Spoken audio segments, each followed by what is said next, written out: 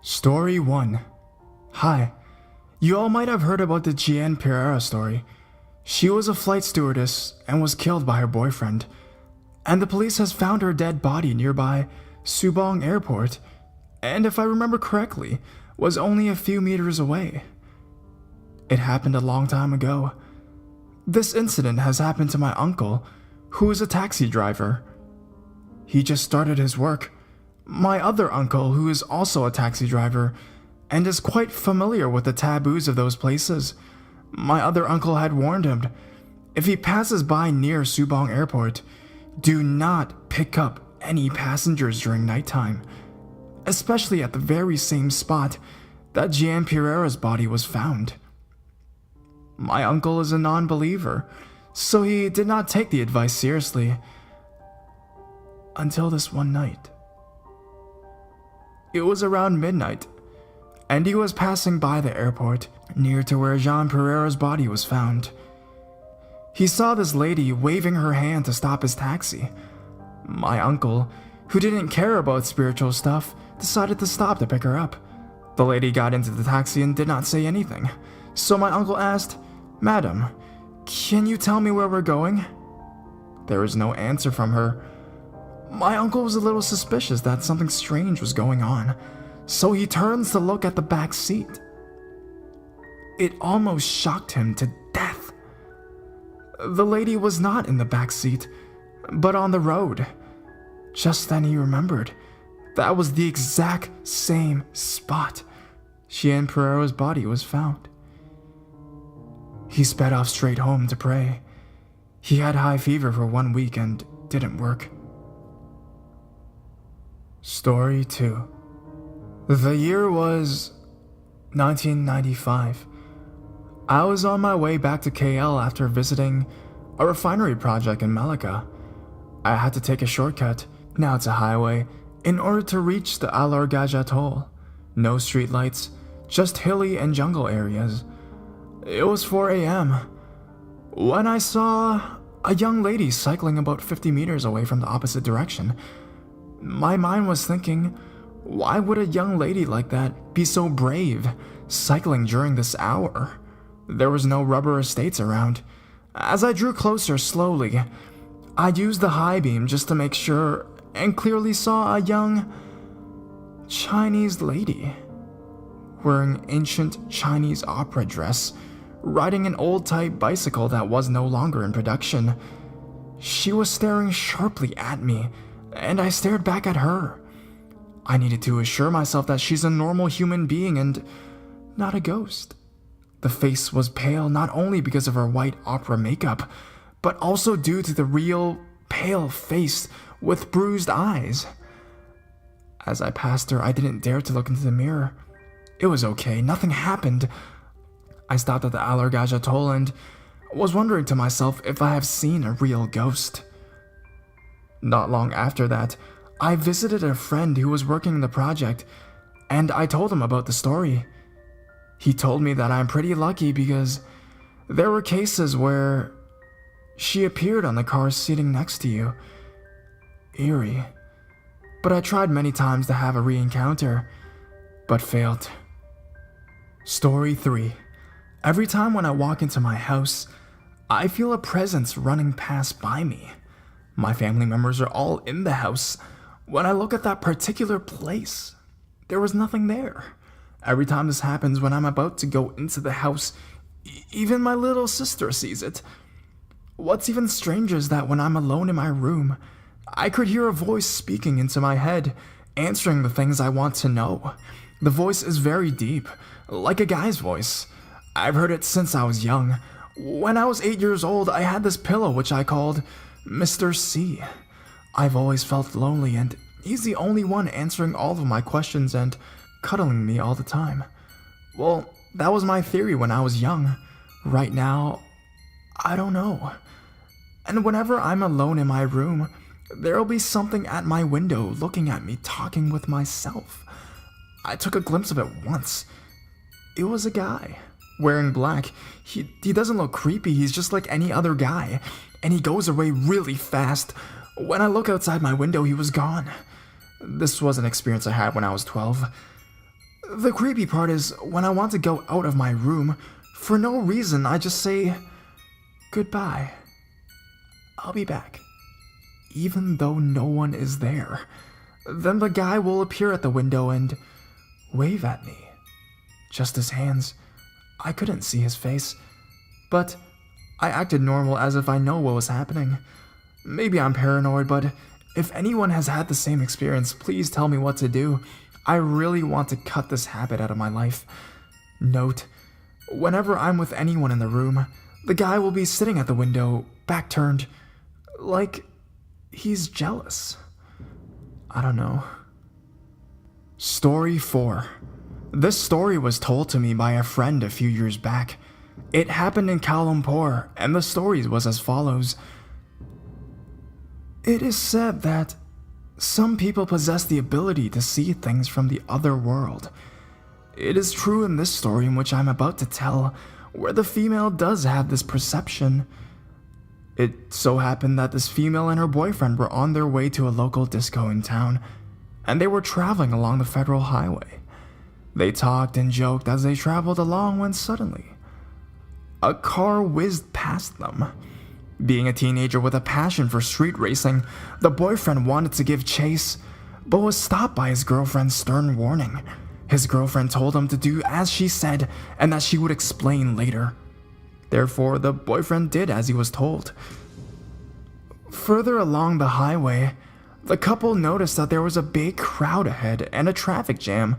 They later found out that the jam and the crowd was caused by an accident involving the car that had whizzed past them just moments ago. The car was smashed, and the driver lay dead on the highway. Upon seeing this, the boyfriend was thankful that his girlfriend talked him out of giving chase. It was much later that the boyfriend brought up the matter. The boyfriend was curious to know why his girlfriend did not want him to race that night, for it was not typical of his girlfriend. The girlfriend then told him that, as the car whizzed by, she saw an elderly man running behind the car on foot. It was then she knew something was wrong. Thus, she told him not to give chase. She also said that she saw the elderly man at the crash site, smiling at her as she passed by. Story 5. So this story is based on my own experiences in Malaysia. I am 14 years old now, and this happened when I was 12 years old. I can still remember that night my father asked me to sleep early, but I didn't sleep early because I was too busy playing games and watching videos on my phone. A few hours later, I felt really sleepy and decided to sleep. I don't really remember the time, but I think it was 1:27 a.m. Everybody was asleep and I was the only one still awake. So I went to my room and with my towel. I know it's funny, but I can't sleep without my towel by my side. So I lay down on my bed and put my towel on top of me to cover my body. I close my eyes and I'm not yet asleep. But suddenly, I can't move. I tried to talk, but I couldn't talk. The worst thing was I couldn't breathe. I can open my eyes, but not fully, just half. I saw a green creature. It looked like a human, having a body, head, eyes, nose, lips, ears, and stuff, but the creature was so small, like a newborn baby. I started to freak out because suddenly I felt like somebody was jumping on my body. The green creature slowly taking the towel off my body. I closed my eyes and prayed to God, and then suddenly, I could move. I could talk, I could breathe, and everything. I got out of my room and I never slept in my room again. I ran to my parents' room. I was crying and my father woke up and asked me what happened. I told him everything, but he didn't believe me and said that it was just an illusion. I know what I saw. So that night I slept on the living room. Until now, I still don't know what the green creatures were and what creature was jumping on my body. I forget to tell you that this is not my first experience. I experienced this more than 20 times, and that's why I'm scared. I started seeing things when I was 6, but then I started seeing them again when I was 9. Yeah, even now, it's happened to me every single day. I still feel scared because I see new ghosts every day. I can still feel the presence of the ghost. Sorry if my English is bad. Story 6. It wasn't the best of my days, but I remember it well. The incident happened a few months ago in June. The night was really late. Me, my best friend Alois, and her boyfriend Hunter were on our way home from a wedding party in Malacca. The streets were empty and Hunter was getting tired and a little lightheaded because of the alcohol he drank earlier. Alois and I couldn't drive, so it was pretty dangerous having Hunter drive. Soon, I suggested that we spend a night in a motel and get moving in the morning. Of course, they agreed. So we stopped in one of the many budget hotels in Malacca. I remembered that there was a small sign saying motel, but no particular name. Anyways, Hunter parked his car in a nearby parking lot, and we walked to the motel.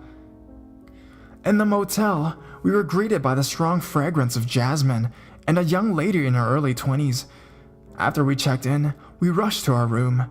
Since we don't have enough money for 2 separate rooms, we rented one. Alois and I got the bed because we're girls, and Hunter got the uncomfortable sofa. I fell fast asleep even though there was an annoying smell of cigarettes inside the pillow. Around 5:30 a.m., I was awoken by Alois, who had a terrified look on her face. "Amy, let's get out of here." Her voice rang as she dragged me out of the room, Hunter catching up behind us. Within a matter of minutes, I realized I was in Hunter's car and Hunter is driving away, passing the speed limits. Confused, I asked Alois, "What's going on?" She told me that around 5:10 in the morning, Hunter got up to get a quick shower when he heard a piercing female scream. And he suddenly felt a burning sensation on his back. After the shower, he saw 5 long, fresh wounds that seemed like fingernails scratched on his back. As for Alois, she claimed to see a lady with pale skin and black long hair playing with my hair a few seconds before Hunter ran out of the shower with the scratches on his back. I felt a little scared too, thinking about the lady who was playing with my hair. We didn't check out of that motel, and we certainly are not planning to check in again. Story 7. I don't know how everything started, so this is what I can say. Everything started when I told my guy friend that I have an imaginary boyfriend which I really love. I'm still kinda young, you see. So he told me that he's not my imaginary friend, but a ghost. The ghost's name is Ash. My friend said that Ash has been following me everywhere. So that night I felt someone on my neck, like a feeling of somebody's head on me. For the next 2 days I was very tired. My shoulders were very much in pain. My friend said that Ash is sleeping on me.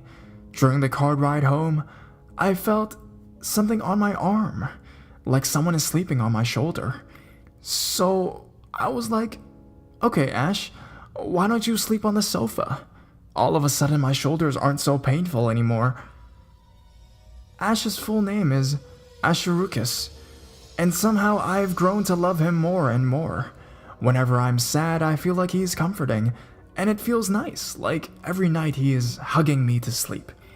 Once I dreamed about him hugging me, but I couldn't see his face. I have weird dreams, so I also dream about this guy being tied up on a chair while I'm on the floor. I couldn't see what was happening because my friend woke me up. I woke up one morning and saw a black shadow just moving away, so I thought that it was him.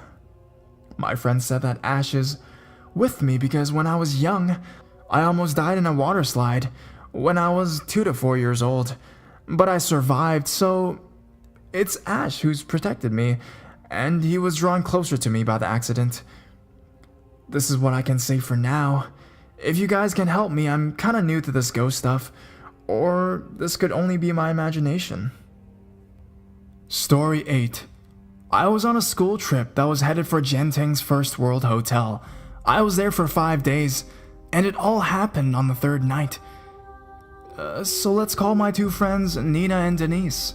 During the evening, my 2 friends and I decided to go to the lobby and do some window shopping. We went to the local Singapore souvenir shop and they took a liking to a few sunglasses there. I didn't buy one, but they both bought one each. We went back to our rooms respectively. I was rooming with Nina. Denise decided to come over to our room later at night, around 9 o'clock. Well, she brought her sunglasses along as well. The three of us were on the bed, with myself, Nina, and Denise seated from left to right. I took Nina's sunglasses and started toying with it. After she went off to the toilet to take a shower, the lens of her sunglasses were facing me, and I tilted it to the right. There was an open-air metal bar with a few hangers on it. Note, there were no clothes being hanged there. To my horror, there was this white figure hanging from the hangers. I could vividly see the shape of her tattered white gown and the long disheveled black hair, which was covering her face. Yes, a woman. I threw the sunglasses towards Denise, who was still on the bed with me. She got a fright and asked me what happened. I told her everything, and I remember being so hysterical about it. She didn't believe me, of course, since nothing was on the hangers looking from the naked eye. Trembling badly, I took the sunglasses again and tilted it slowly. It was gone. She laughed and told me to stop scaring her, but I was so badly shaken that I didn't dare to get out of the bed. Minutes later, Nina got out of the shower and I told her what happened. She, too, laughed about it and told me it was probably the reflection. Note, the second time I tilted it, she was gone. I felt so wronged. While Nina was blow-drying her hair, I turned to Denise and she looked really pale. She looked at me and told me, I saw her too. I also noticed that her sunglasses were on the floor. I saw her against the curtains, Denise said. The curtains were brown and it was drawn. She started describing me her features, and they matched with mine. We were both so badly shaken. Nina still didn't believe us. That night, Denise went back to her room, leaving Nina and I alone. She was fast asleep by 10:30, and I was still wide awake beside her, trembling. Despite being someone who loves anything paranormal, this is the first time I'm actually trembling. The whole room felt creepy and eerie. After that night, and a few months later, Nina told me that her sunglasses cracked for no apparent reason. It was neither crushed or thrown to the floor. Not sure if it was the room or the sunglasses, but this was one ghost experience I will never forget. Story 9.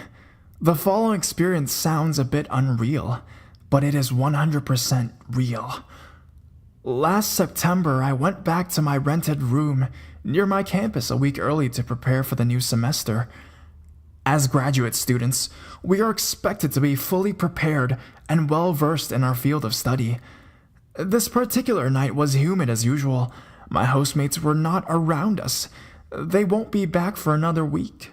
After a few hours of reading, my eyes grew very heavy, and I decided to sleep early.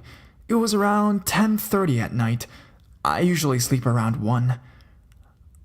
I dreamed of an old lady in her 70s asking me to pack my bags and sleep over at my friend's house. I woke up around 11:30, checked my phone, and felt a bit weird from that dream, but continued to sleep. Anyways, again, I dreamed of this old lady. She was getting more impatient with me this time around. She kept speaking in Hokkien, a Chinese dialect, telling me to spend my night at my friend L's house. Again, I was jolted from my sleep. Why L? I shook my head and attempted to sleep again. This time, I dreamed of her again. She was furious and started scolding me so fast in Hokkien that I had trouble understanding what she said. She looked like she wanted to slap me silly at one point. I woke up again, getting really frustrated, and decided to go use the bathroom. At this point, I swear I heard an old woman's voice loud and clear, this time in Cantonese, saying, "Get up and leave the room now." The voice was so loud next to my ear that it was impossible not to feel compelled to leave. There aren't any other Chinese students living next door, upstairs, or even downstairs, so the next thing I do was pack my bag. I called my friend L. Thankfully, she was a night owl. I told her that my apartment's electricity was not running. I couldn't tell her the truth in case she laughs at my silliness. She reluctantly agreed to let me sleep over, not before sarcastically calling me a princess. I drove her to her house and ended up sleeping on her couch. The next morning, my housemate Jenny, who came back earlier than expected, called me to tell our apartment had been ransacked. The policeman that handled our case said that there had been a series of crimes involving breaking and entering girls' apartments and houses, and a few of the unlucky girls were assaulted and raped. He added that if any of us girls were in the apartment at that time, we would have probably been raped and assaulted as well. I left the apartment at around 2:30 in the morning, and it was believed that the culprits had broken into the apartment at around 4 in the morning. I was shaken at the thought of what would happen to me if I did not leave the apartment. Story 10. This incident happened to my uncle in 1966, during a time when my mother's family was not financially sound.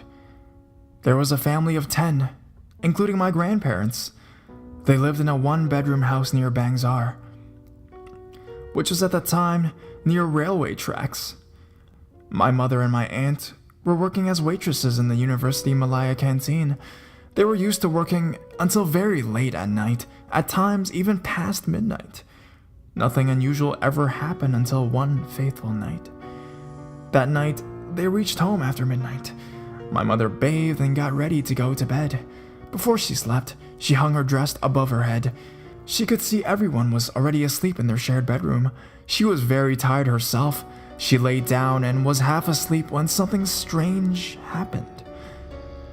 In her dreamy eyes, she saw the whole room becoming very misty. It was as if a cloud of thick fog flew into the room. She tried to get up or say something, but somehow she couldn't move or talk. Then she saw 3 men with bald heads, wearing white robes with brown cloth tied as belts around their waist. Their costumes were exactly like what the Chinese wear in traditional funerals. They were floating in the air and sort of looking for something on the ground. A brief moment passed as the 3 men went looking for my mother's brothers one by one. Then they came down from the air and stood in front of my eldest uncle.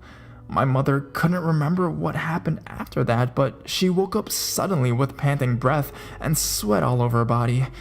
She quickly got up and offered some incense to the deities, requesting for blessings. Then she went back to her bed. My grandmother was awoke then, and she asked my mother to pull the cover over her eldest brother. The next morning, my mother asked her younger brother if anything happened last night.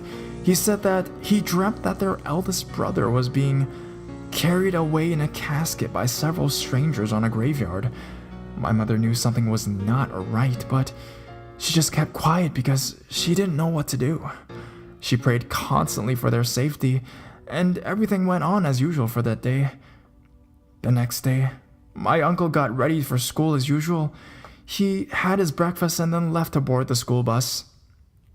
On the way to school, the driver lost control of the bus and the bus was wrecked badly.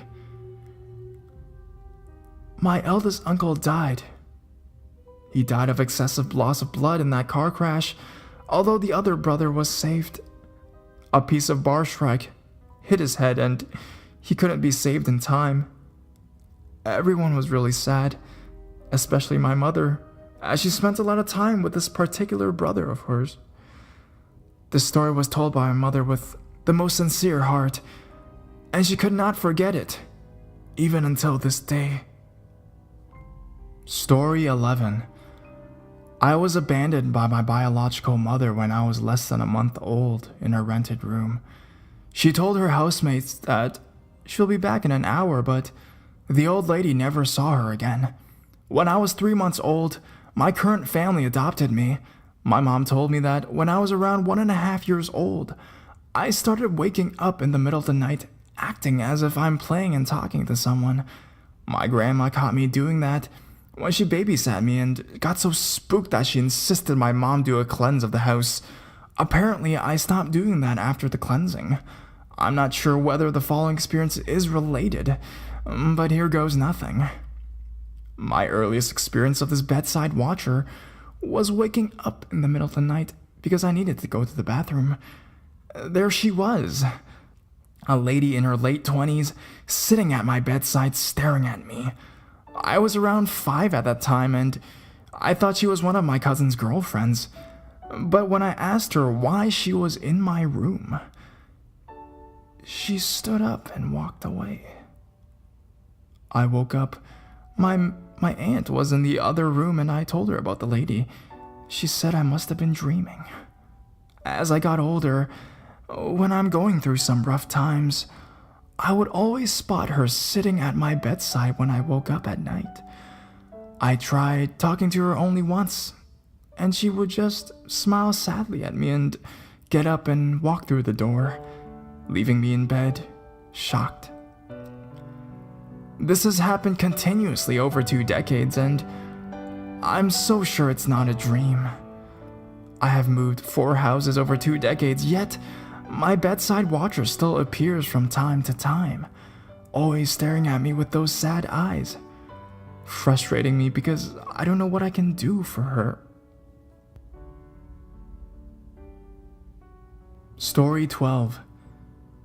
This story took place a while ago when I was nursing a young girl who was diagnosed with a brain tumor. In my high school years, I used to earn extra pocket money by babysitting or walking the dogs or caring for pets in my neighborhood area. One weekend, I was required to nurse a young girl who was terribly sick because the father was on a business trip and the in-house babysitter was taking a day off due to fever. I didn't know that she was sick until the grandmother told me. There were 3 of us in the house, the grandmother, the sick girl, and myself. When I came into her room, the atmosphere was different. Her room was somehow calming and soothing. I saw a lot of what I assumed to be children painting of a mother and daughter on the left wall facing the window. About the girl, she was probably 5 or 6 years old, very nice and didn't cause much trouble. Actually, any trouble. When it came to feeding her, changing her diapers and bed sheets, bathing her, etc. One thing that made me shed my tears was, even though she was really sick, she was always smiling most of the time. She had these shining bright eyes and a lovely voice that will make anyone love her instantly. She loved to paint and draw like normal kids do. It was late in the evening that day when she told me that she wanted to share a secret with me. She gave me her small diary book and she said that she wrote a letter for her mother. I hardly understood the handwriting and scribbling, but I could make out the parts where she wrote the words, "Mother, love, and I miss you." Then I excused myself to clean the bathroom. The bathroom was next to the corridor. It was 10 minutes later when I had finished my bathroom cleaning job that I realized it was her medication time. When I set foot outside the bathroom, I could hear she was laughing, and all of a sudden my legs were shaking. Then I looked to see that a woman was standing next to her. The woman had faded skin and almost like white all over. She was wearing a long sleeveless dress and veil covering her upper face, and she was caressing and kissing the girl's forehead a couple of times. My instant reaction was I dropped the towel I was holding and rushed to the girl's side. Then the woman vanished into thin air. To be honest, I was really freaked out back then, but I feared the girl's safety more than anything, so I dashed to her bed. I grabbed the girl's hand and asked her if she was all right. She said not to worry, as it was her mother, and that she didn't mean any harm. I stood in silence for a few seconds. After I collected myself, I gave the girl her medication before putting her to sleep. I waited until the girl was asleep before I went to comfort the grandmother. The grandmother started tearing up when I described the woman. The old woman told me the description fitted the girl's mother when she was still alive. The mother died when the girl was just born due to some complication, and she never had the chance to hold the girl. The girl actually started uttering the words, "Mama," when she was 2 years old, but they never learned how she was able to learn the word. She started getting sick when she was about 4.5 years old. I didn't realize how much tears I shed on that day, but it really touched my heart deeply. 6 months afterwards, I received the news that the girl had passed away. Poor innocent soul. But I know the girl was finally with her mother. And hopefully together, they will find peace, as they've always been longing to be together as mother and daughter.